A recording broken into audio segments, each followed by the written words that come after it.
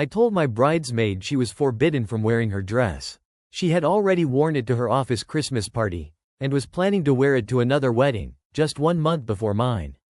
This story is about a bride who was trying, with everything she had, to be a chill bride. She was getting married in the summer, and to keep costs down for everyone, she was planning most of it herself with her family. A cousin was letting them stay at her house to save money. Another cousin was letting them use a van. She was doing everything right. She even told her bridesmaids, if anything about this wedding is stressing you out, please, just let me know. I'm the only one who should be stressing. And for a while, everything was perfect. She found these incredible cocktail dresses at Anthropology. They had inclusive sizing, the color was perfect, and the holy grail, they were on sale. So she made a deal with her bridesmaids. She would buy the dresses if they just covered their own alterations.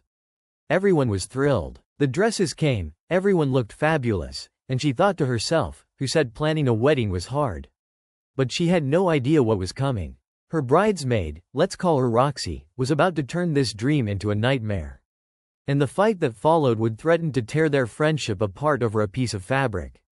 The first hint of trouble came in December. The bride was scrolling through photos and there it was. A picture of Roxy at her work Christmas party, smiling for the camera, wearing the bridesmaid dress.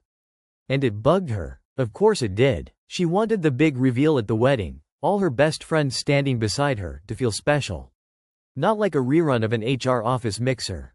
But she bit her tongue. She told herself it was petty.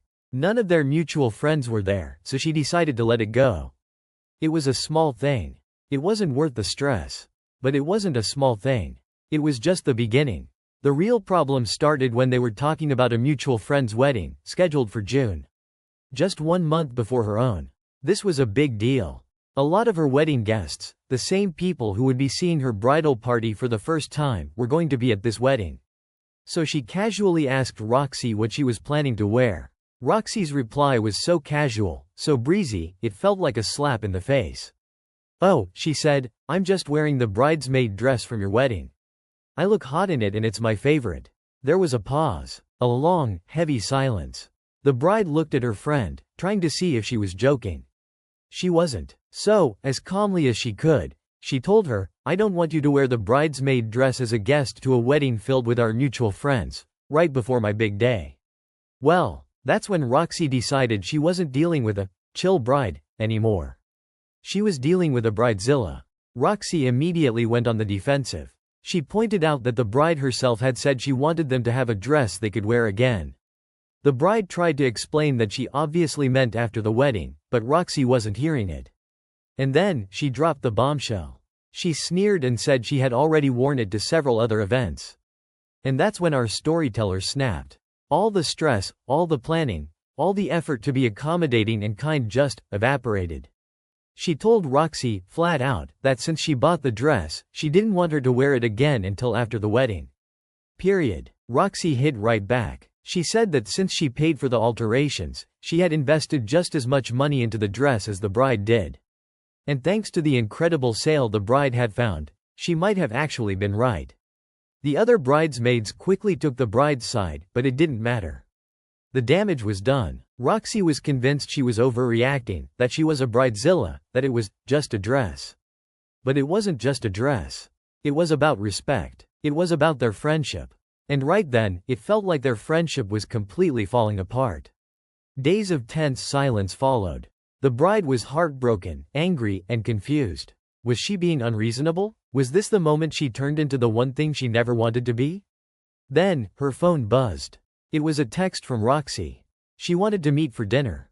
To talk. The bride walked into the restaurant, her heart pounding.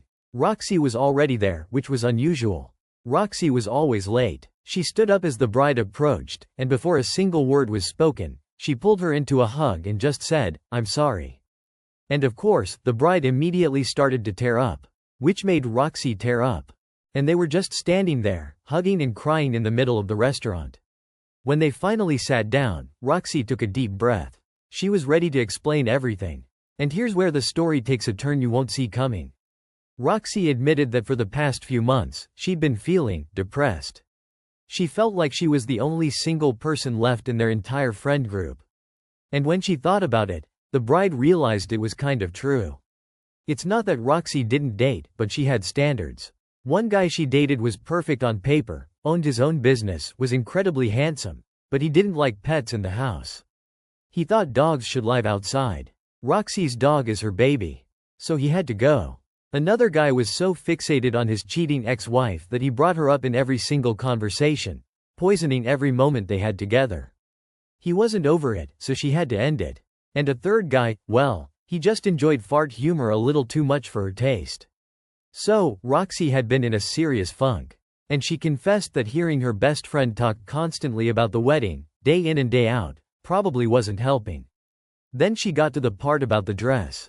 She said she'd picked it up from the seamstress and tried it on just to check the fit. And in that moment, looking in the mirror, she felt pretty. Genuinely pretty, for the first time in a long, long time. We all have that one outfit, don't we? The one that just makes you feel like you can take on the world. For Roxy, in that moment, this was that dress. So when her holiday office party came around, she didn't want to go. She procrastinated finding an outfit until the very last minute. She went shopping and found nothing. She even went back to Anthropology, but couldn't find a single thing she liked. She knew it was wrong, but she was desperate. She wore the dress. And it was like magic. Everyone loved it. She got so many compliments. Her work crush, a guy she'd been eyeing for months, flirted and danced with her all night. She even hit it off with a colleague named Asia from a different department, and they've since become close friends, bonding over movies and their dogs. She felt like even upper management started to see her differently. After that party, they started putting her on bigger, more important projects. That dress wasn't just a dress. It had become her suit of armor. Her lucky charm. So that day, when they were all hanging out and the bride brought up what to wear to their friend's wedding, that old funk started to creep back in. And she snapped. She admitted that saying she was going to wear the bridesmaid dress started off as a joke, a little jab. But the bride's reaction, her immediate anger, pissed her off. And looking back, the bride realized she hadn't just asked her not to wear it. She told her she wasn't wearing it.